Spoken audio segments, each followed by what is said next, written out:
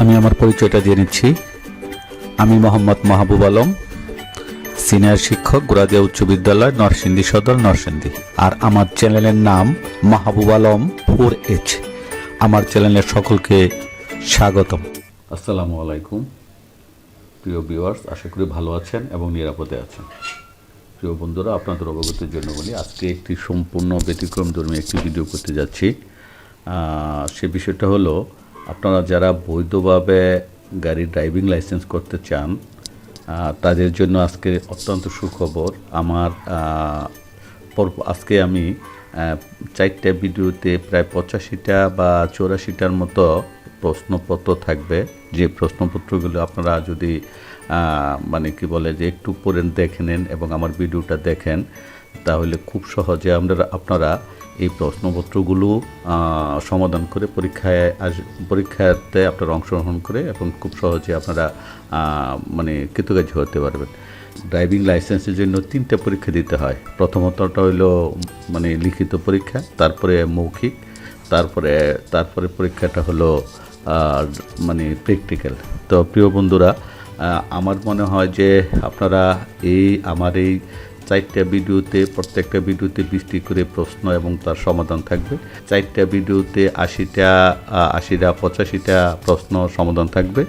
আর আপনারা যদি এই 80 বা 85টা প্রশ্নের সমাধান করে নিতে পারেন বা একটু জেনে শুনে বুঝতে পারেন, আয়ত্ত করতে পারেন, তাহলে আমার বিশ্বাস আপনারা বৈধভাবে ড্রাইভিং লাইসেন্সের জন্য পরীক্ষায় উত্তীর্ণ হবেন। এবং যদি একটু যে প্র্যাকটিক্যালি যদি একটু ভালো কিছু করতে পারেন, তাহলে অবশ্যই এই ড্রাইভিং লাইসেন্সটা অর্জন করে নিতে পারেন। যাক, তার আগে আমি আসলে ড্রাইভিং লাইসেন্সটা কেন এত গুরুত্বপূর্ণ সেই বিষয়ে একটু কথা বলছি।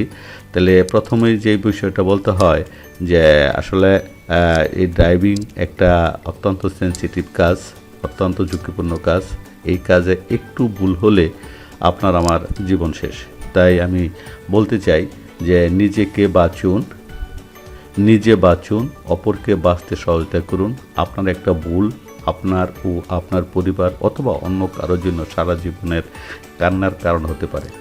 তাহলে আসলে এখানে ভুল করা, অর্থাৎ ড্রাইভিংকে ভুল করার কোনো সুযোগ নেই। আর আপনি যদি এই একটা ভুল করেন, তাইলে হয়তো আপনার পরিবার অথবা অন্য কারো জীবনের সারা জীবন কান্নার কারণ হতে পারে। বিষয়টা অত্যন্ত সত্য। তাই মাথায় রেখে, নিরাপদ সড়কের জন্য সব কিছু জেনে বুঝে বৈধভাবে ড্রাইভিং লাইসেন্স অর্জন করে গাড়ি ড্রাইভ করুন। তাই এই বিষয়টার জন্য সাধারণত আল্লাহ আমাদেরকে রক্ষা করবেন অবশ্যই, কিন্তু আমাদেরকেও বিষয়গুলি জানা থাকতে হবে। আপনি যদি একটি গাড়ির ড্রাইভিং লাইসেন্স করার জন্য কি বিষয়গুলো গাড়ি চালানোর জন্য মেনে চলতে হয়, সেই বিষয়গুলি যদি ভালোভাবে জানেন আর আপনি যদি সেটা পুরোপুরিভাবে পালন করেন, আল্লাহ নিশ্চয়ই আপনাকে বিপদ থেকে মুক্ত রাখবেন বলে আমি বিশ্বাস করি। যাই হোক, আর কথা বাড়াচ্ছি না। ড্রাইভিং লাইসেন্স লিখিত মৌখিক পরীক্ষার স্ট্যান্ডার্ড 80টি প্রশ্ন, 85টি প্রশ্ন মতো আছে। তার উত্তর জানা থাকলে আপনি খুব সহজে লিখিত ও মৌখিক পরীক্ষায় উত্তীর্ণ হবেন।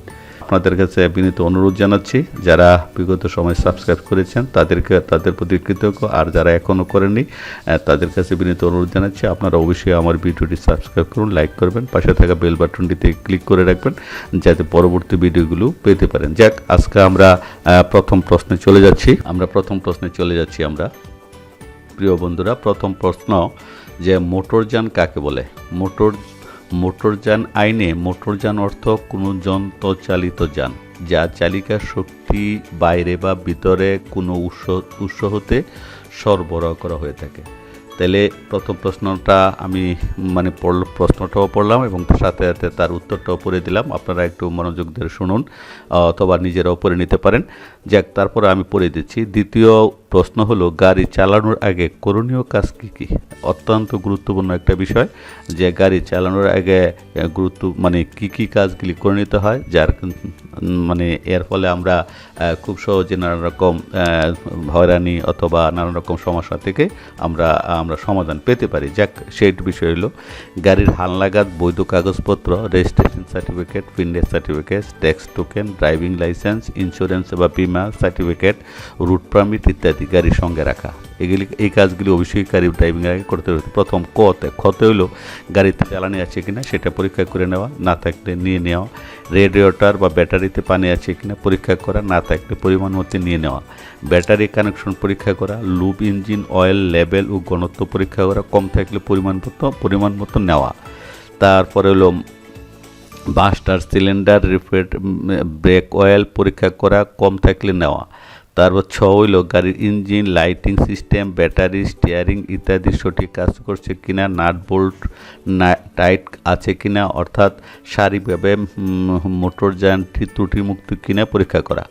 তারপরে ব্রেক ও ক্লাসের কার্যকারিতা পরীক্ষা করা। অগ্নি নির্বাপক হইল অগ্নি নির্বাপক যন্ত্র ও ফার্স্ট এড বক্স গাড়িতে রাখা। গাড়ির বাইরেও ভিতরে বাতির অবস্থা, চাকা টায়ার কন্ডিশন, হাওয়া নাট অ্যালাইনমেন্ট রোটেশন স্পেয়ার চাকা পরীক্ষা করা। আর মোটর সাইকেল হলে অবশ্যই হেলমেট সাথে নেওয়া। তাইলে আমাদের 2 নম্বর প্রশ্নটা আসলে অনেকগুলো বিষয় আছে। এই বিষয়গুলো আমরা যদি একটু মাথায় রেখে গাড়ি ড্রাইভের আগে এই বিষয়গুলি একটু মাথায় রেখে পরীক্ষা নিরীক্ষা করে গাড়ি যদি ড্রাইভ করি, তাহলে অবশ্যই আল্লাহ আমাদেরকে নানা রকম হয়রানি বা বিপদে রক্ষা করবে বলে আমি আশা করি। যাক, আমি 3 নম্বর প্রশ্নে চলে যাচ্ছি। 3 নম্বর প্রশ্ন হল মোটরযানের মেনটেনেন্স বা রক্ষণাবেক্ষণ বলতে কী বোঝায়? মোটরযানের মেনটেনেন্স বা রক্ষণাবেক্ষণ বলতে কী বোঝায়? উত্তর, ত্রুটিমুক্ত অবস্থায় একটি গাড়ি হতে দীর্ঘদিন সার্ভিস পাওয়ার জন্য প্রতিদিন গাড়িতে যে সমস্ত মেরামতের কাজ করা হয় তাকে মোটরযানের মেনটেনেন্স বলা হয়। তাইলে এই বিষয়টা নিশ্চয়ই আপনারা বুঝতে পেরেছেন যে একটি গাড়িকে ত্রুটিমুক্ত থাকলে সে নানানভাবে নানান রকমের সমস্যা থেকে সে মুক্ত থাকে।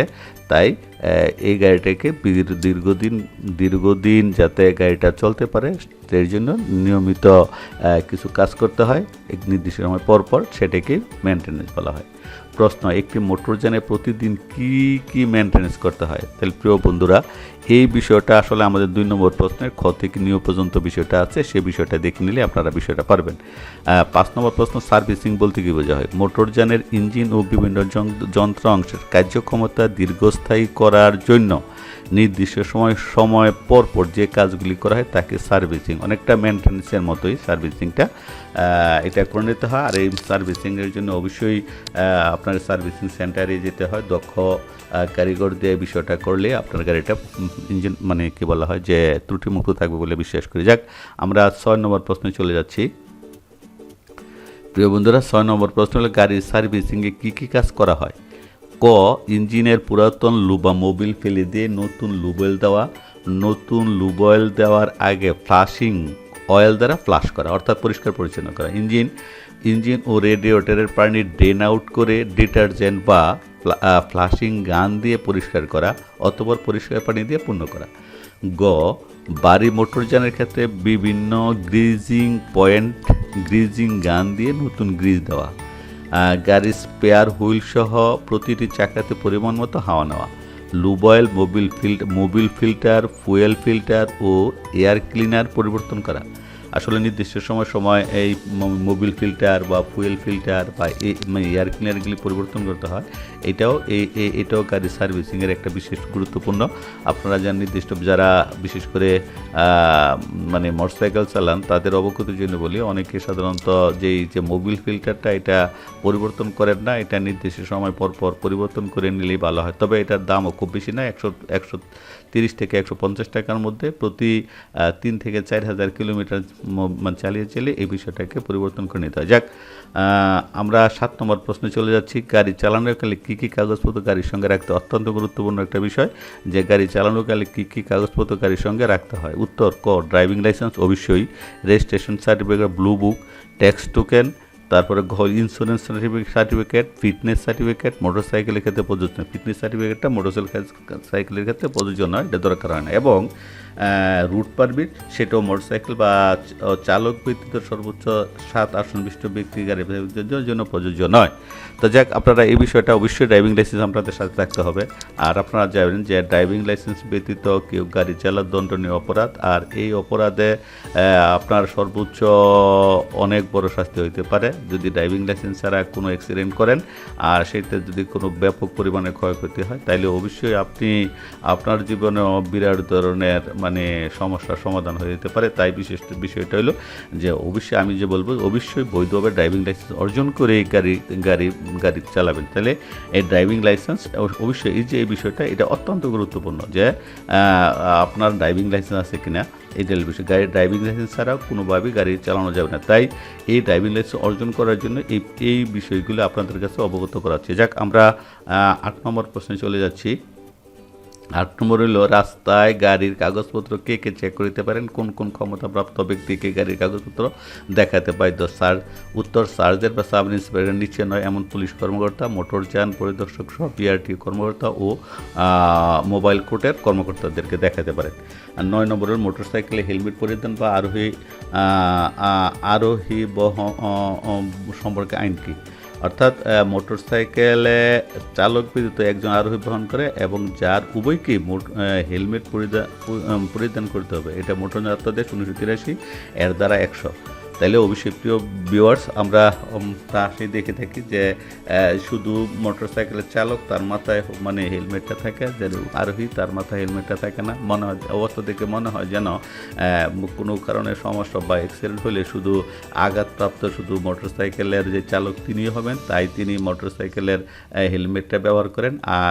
আর আরোহী যিনি আছেন তিনি সম্পূর্ণ নিরাপদ থাকবেন, তাই হয়তো সে এই মানে হেলমেটটা ব্যবহার করতে চান না। তাই কিন্তু আসল বিষয় হলো যে আপনার মোটরসাইকেলে যিনি মোটরসাইকেল চালান তারও হেলমেট থাকতে হবে এবং যিনি আরোহী তাকেও হেলমেট থাকতে হবে। আর যদি এই আদেশ অমান্য করেন তাইলে মোটর অধ্যাদেশ 1983 দ্বারায় 83 এর 100 দ্বারায় আপনার বিরুদ্ধে আইনগত ব্যবস্থা করা হবে। যাক, সড়ক দুর্ঘটনার প্রধান কারণ কি? 10 নম্বর অত্যন্ত গুরুত্বপূর্ণ বিষয়, অত্যাধিক আত্মবিশ্বাস, মাত্রাতিরিক্ত গতিতে গাড়ি চালানো বা অননুমোদিত ওভারটেকিং এবং অতিরিক্ত জাতীয় মালামাল বহন করা। অর্থাৎ অত্যাধিক আত্মবিশ্বাস, অর্থাৎ এমন মনে হয় যে হয়তো নিশ্চয়ই আমি এটাকে ওভারটেক করে ফেলবো, সামনে একটা গাড়ি আসতেছে, তারপরও অর্থাৎ এরকম আত্মবিশ্বাস থাকা ঠিক নয়। অর্থাৎ আপনি 100% মানে কী বলা হয় অত্যাধিক আত্মবিশ্বাস নিয়ে গাড়ি চালানো ঠিক না। আর আরেকটা বিষয় অবশ্যই আপনারা যারা ড্রাইভিং করবেন বা ভবিষ্যতে তারা অবশ্যই কথাটা মনে রাখবেন যে গাড়ির গতি অতিরিক্তভাবে গাড়ি চালানো কখনোই উচিত নয়। আপনারা একটা বিষয় লক্ষ্য করেন, আপনি যদি 100 মাইল মানে 40 মাইলের কোনো রাস্তা অতিক্রম করতে চান, মনে করেন ঢাকা থেকে হয়তো বা কোনো 40 মাইল জায়গা যাবেন, আপনি যদি মাত্রা অতিরিক্ত গাড়ি হয়তো যাইতে আপনার হয়তো আর 1 ঘন্টা সময় লাগবে, আর যদি নর্মাল বিবেচনা 1 ঘন্টা সময় লাগবে, আর মাত্রা অতিরিক্ত হবে চালাই যাইলে হয়তো 10 মিনিট সময় কম লাগবে। আর এই 10 মিনিট সময় আপনার জন্য এত গুরুত্বপূর্ণ নয় যে 10 মিনিট আগে যাইলে আপনাকে অনেক বিষয়, অর্থাৎ মানে 1 ঘন্টার বিষয়টা আপনি কি করতে পারেন যে মাত্রা অতিরিক্ত চালাইলে 10 মিনিট সময় আপনি বাঁচাইতে পারেন।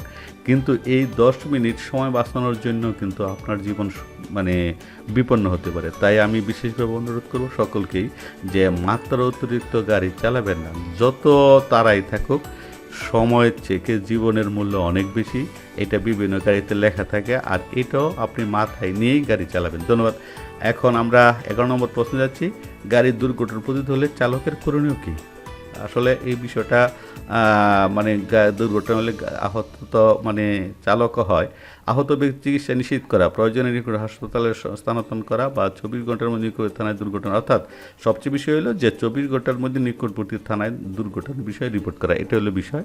আর যদি উনি নিজে আহত না হন অথবা তাহলে অন্যদেরকে সহযোগিতা করা, এই বিষয়। যাক, আসলে এখানে এই বিষয়টা একটু কেমন, তো যাক, তারপরেও আমি মানে 12 নম্বর প্রশ্নে যাচ্ছি।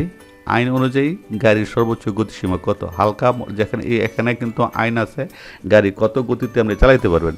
হালকা মোটরযান বা মোটরসাইকেল ক্ষেত্রে ঘন্টায় সর্বোচ্চ 70 মাইল, মাঝারি বা ভারী যাত্রীবাহী মোটরযানের ক্ষেত্রে ঘন্টায় 35 মাইল এবং মাঝারি বা ভারী মালবাহী মোটরযানের ক্ষেত্রে সর্বোচ্চ 30 মাইল। এই বিষয়টা আপনাকে অবশ্যই মাথায় রাখতে বলা হবে এবং এই প্রশ্নটা প্রায় পরীক্ষাতে আসে যে সর্বোচ্চ গতিসীমা। তার মোটর ড্রাইভিং লাইসেন্স কি? ড্রাইভিং লাইসেন্সটা সাধারণ সর্বসাধারণের ব্যবহৃত স্থানে, অর্থাৎ যেখানে মানুষ চলাচল করে এমন স্থানে মোটর চালানোর জন্য লাইসেন্স কর্তৃপক্ষ কর্তৃক ইস্যুকৃত বৈধ দলিলই মোটর ড্রাইভিং লাইসেন্স।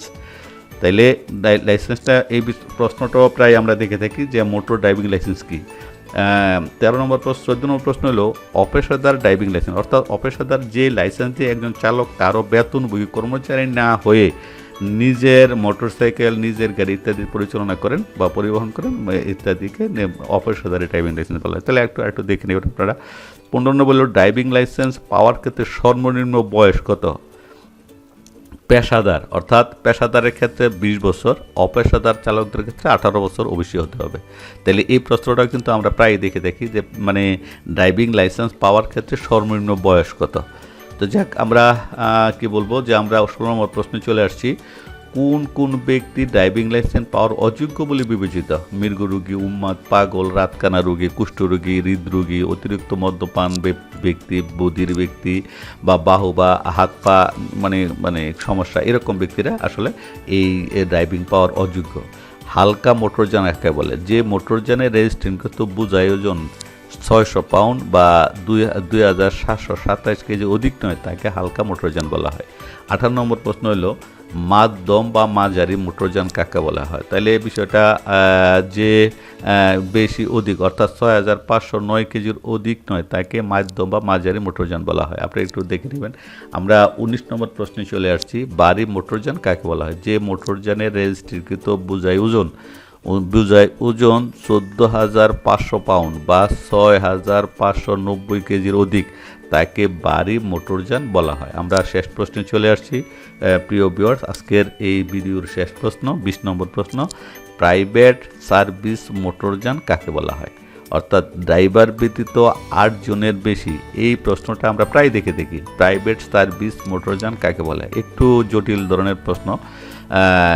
ড্রাইভার ব্যতীত 8 জনের বেশি যাত্রী বহনের উপযোগী যে মোটরযান মালিকের পক্ষে তার ব্যবসা সম্পর্কিত কাজে বা বিনা ভাড়ায় যাত্রী বহনের জন্য ব্যবহৃত হয় তাকে প্রাইভেট সার্ভিস মোটরযান বলা হয়। ধন্যবাদ। আমরা পরপর 20টা ভিডিও কমপ্লিট করেছি। আশা করি আপনারা আমার ভিডিওটা ভালো দেখবেন এবং নিজেরাও 2বার বা 1বার করে পড়ে নেবেন, কারণ এই বিষয়টা অনেকক্ষণ পর্যন্ত স্ক্রিনে রাখা আছে। আপনারা খুব সহজেই বিষয়গুলি পড়তে পারবেন এবং আমার কথাগুলো আপনারা মন দিয়ে শুনলেও হবে। তো যাক, আমরা আজকে আর কথা বাড়াচ্ছি না। পরের ভিডিও দেখার আমন্ত্রণ জানিয়ে আজকের মতো আপনাকে ধন্যবাদ জানাচ্ছি। আর পরের ভিডিওর মধ্যে, অর্থাৎ এরকম পরপর 3টা ভিডিওর মধ্যে 85টি বা 84টি প্রশ্নপত্র থাকবে, আর আপনারা সেই বিষয়টা দেখে নেবেন। ধন্যবাদ আপনাদের সকলকে আমার সাথে থাকার জন্য।